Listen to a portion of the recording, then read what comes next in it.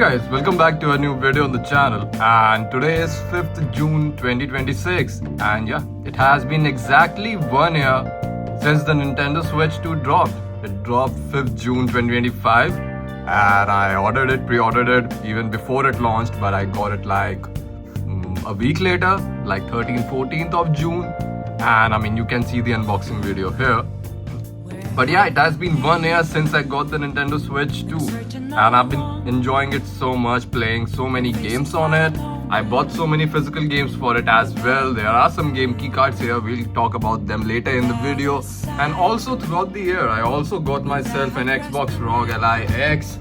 I also got myself a Valve Steam Deck, as you guys can see here. And having all of these things, I still kept going back to my Nintendo Switch 2.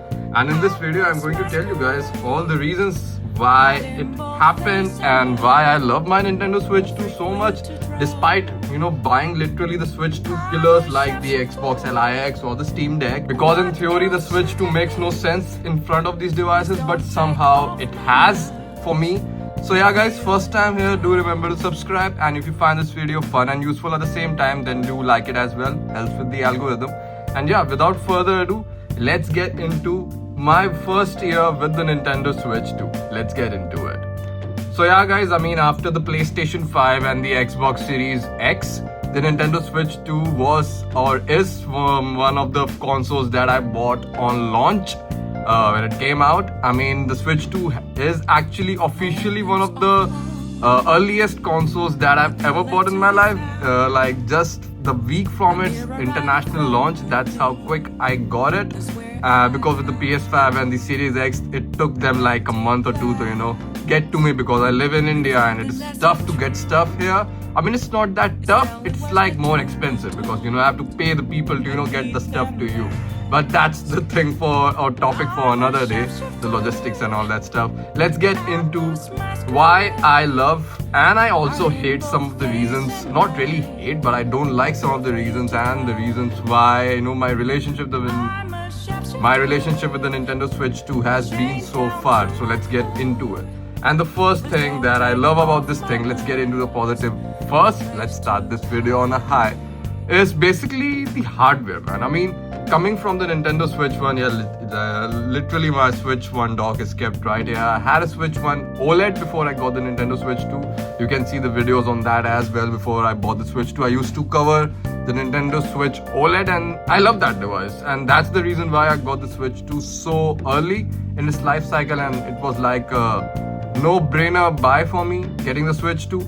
So when it comes to the hardware and everything side of things, I mean it is such a big upgrade over the Nintendo Switch OLED, because with the Nintendo Switch OLED, that device always felt like a toy in my opinion. And Nintendo actually went ahead and they actually looked at the competition of the Steam Deck and ROG Ally and all that, and them being more rugged machines.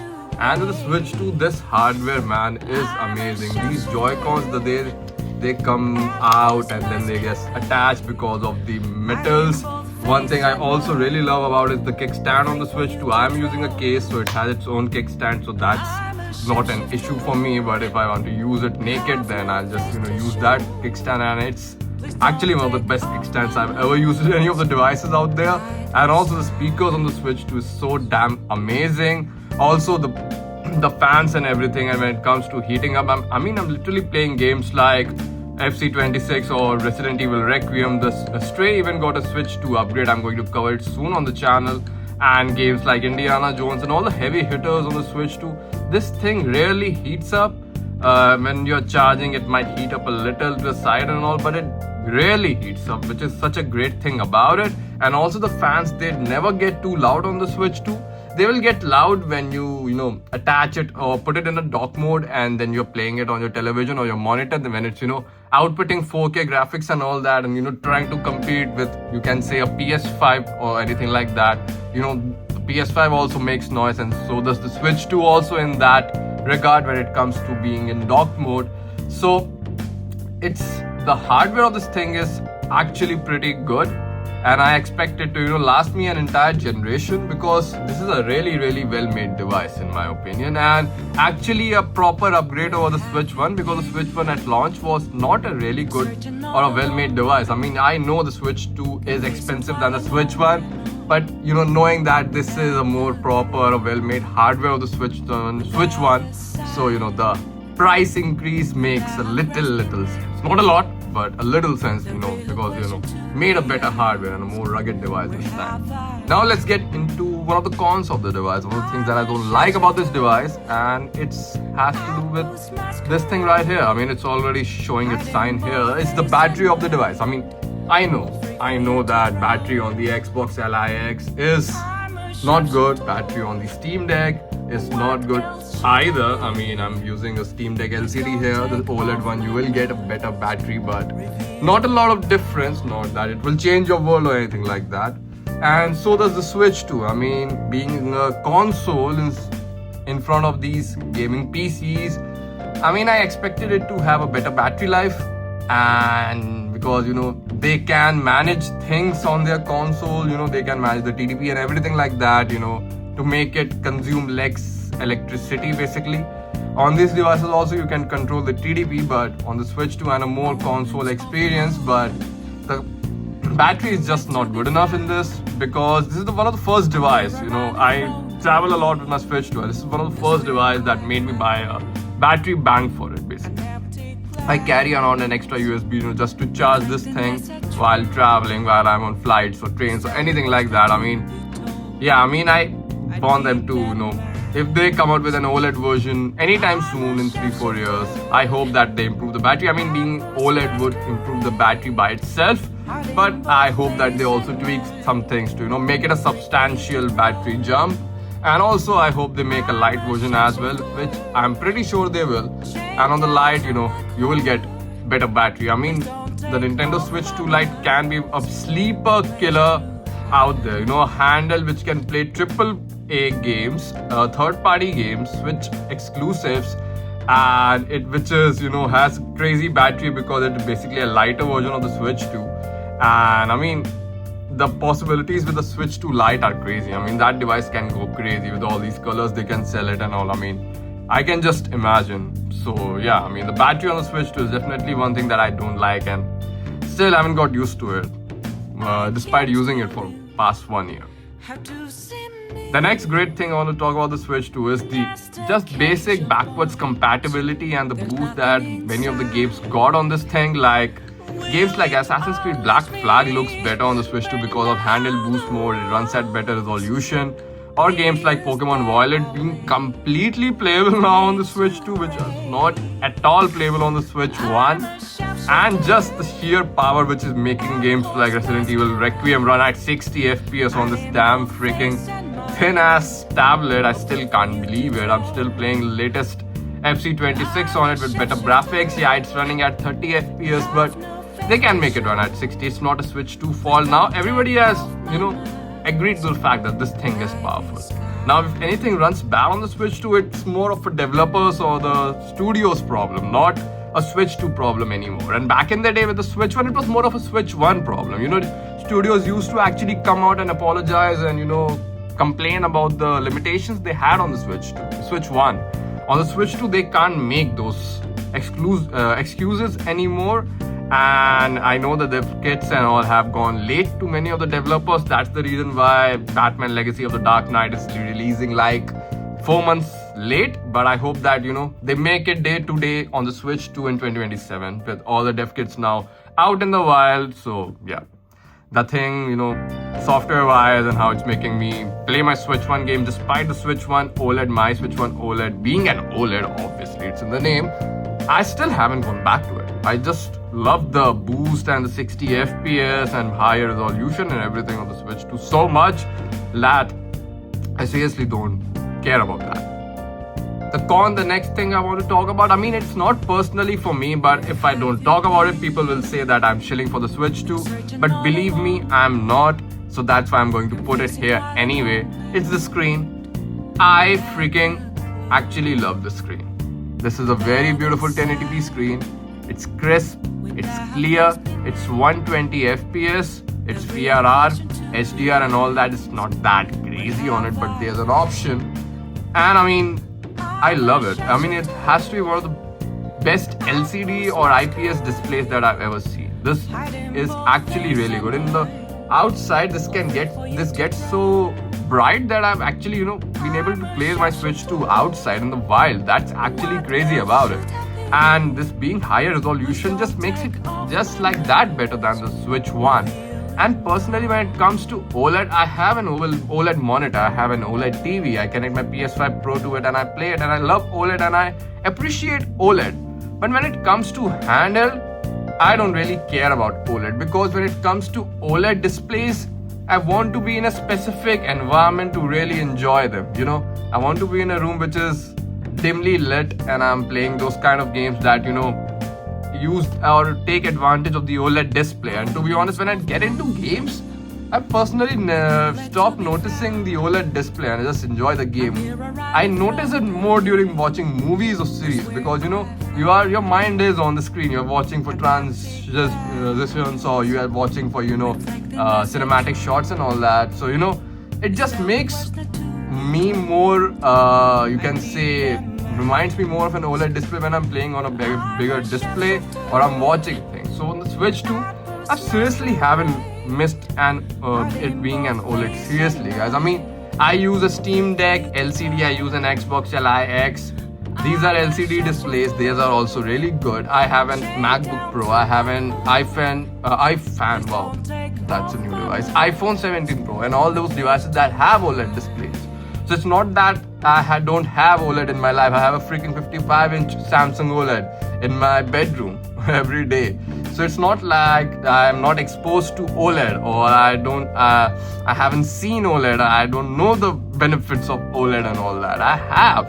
And the Switch 2, it still doesn't affect my decision, or doesn't make me want to go like, damn, I wish this had an OLED display. I mean, this looked black enough to me.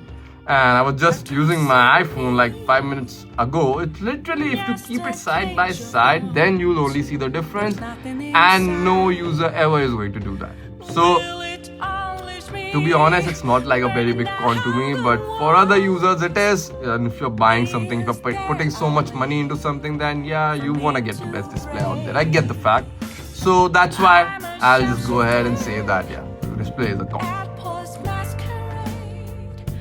The next thing I want to talk about are the actually games, and the Switch 2 is the only handheld out there that has physical games for it, which is actually really good. Like Mario Kart World, I got it. I don't like the game that much, but I got it because it was a physical. Spokopia, it was a game key card. Requiem game key card. Pragmata game key card. But some games are out there that were completely on cartridge, like Cyberpunk. So it feels like more of a developer's issue than Nintendo being Nintendo. I mean, they are being Nintendo by pushing these game key cards, but it's more like it depends on the developer that they want to put their game on the full cartridge or not. I mean, Capcom have been amazing on the Switch 2 with Requiem and Pragmata, both of these games out there. But I really would have loved it if they had put the games on a proper cartridge, because these games are not that big and they are actually optimized really well for the Switch 2. So they are smaller in size compared to their counterparts on the PS5 or the Xbox or PC. So yeah, I mean, this is the only platform out there left which has a proper, physical, you can say, community, and only a handle out there which has a physical gaming community. So I really hope that they get rid of these game key cards, and especially in games that in which it is possible to, get rid of these game key cards, because we are not stupid. We know that, the limit is 64 gigs. So if your game is below that, just put the freaking game on a proper cartridge, man. Don't use these game key cards. That's what I'm trying to say. So yeah, I mean, with the physical games and all these sort of things on the Switch 2, in my opinion, it has been somewhat of a 50-50 experience, you can say, my experience, because Cyberpunk, Mario Kart, even Indiana Jones, all of these games have been such a big dub when it comes to the physical side of things. But then you have Pragmata, Resident Evil, Requiem, great games, great ports on the Switch 2, running so good. But again, it's not a complete physical game, so what's the point? So yeah, I'll say that it has been a mixed bag when it comes to the physical side of games on the Nintendo Switch 2. The next thing I want to talk about are the accessories. Actually, I got myself a Nintendo Pro controller and all that. I mean, it is actually an proper upgrade over the previous Pro controller. I mean, that controller is so smooth, so great. It's butter in your hands, the sticks, and it feels so good on the Nintendo Switch too. And when it comes to other accessories, I never even thought about getting the camera or anything like that. So yeah, I mean, when it comes to the accessory side of things on the Switch 2, it's not that strong right now. I got myself a few amiibos last year, and I got myself the controller. That was it. But apart from that, from Nintendo accessory side of things, it hasn't been good. I recommend that when you get the Switch 2, get a third-party case, get third-party screen protector. Everything should be third-party right now because they are better value than what Nintendo's selling. And you can just see on this case, I'm using a Hoops P2 case, and this case is amazing. I love this. You can dock your entire Switch 2 in this case. It's that thin. And this thing is like very cheap compared to the official Switch 2 cases. And I'll recommend this to anybody out there. So when it comes to the accessory side of things, Nintendo hasn't really gone fifth gear right now. And to be honest, I don't expect them to anytime soon. So yeah, when it comes to the accessory side of things, it hasn't been a really good experience. But the one accessory that really matters, the Pro controller, has actually been really good for the Switch 2. Yeah, it's crazy expensive, but when it comes to the quality and how good it is, yeah, it is actually pretty fucking good. So yeah, guys, I mean, this has been my 1 year with the Nintendo Switch 2. And I'll give it, if you ask me to rate it, I'll give it like a 7.5 out of 10. I mean, yeah, there are some games that I expected when I got this thing, that I'll play those games on it pretty soon. The first one was Elden Ring. Still no Elden Ring. I don't know where is Elden Ring. Red Dead Redemption 2. No signs of Redemption 2. They just updated Redemption 1. No signs of Call of Duty up till now, but now they have announced Call of Duty, so I'm good. But I expected, them to drop some older campaigns. That's what I care about. Don't really care about the multiplayer, but it's okay. The games are expensive. They will be $70, but it's okay. It would be the latest Call of Duty, so it would make more sense. And yeah, there are some games out there. Borderlands 4 also. Like, I'm not a big Borderlands 4 guy. I'm not really too into that game. Big Borderlands 2 fan. But I would have tried it if it came on the Switch too. And like Indiana Jones eventually came out. Like, it's not that these games are not coming out.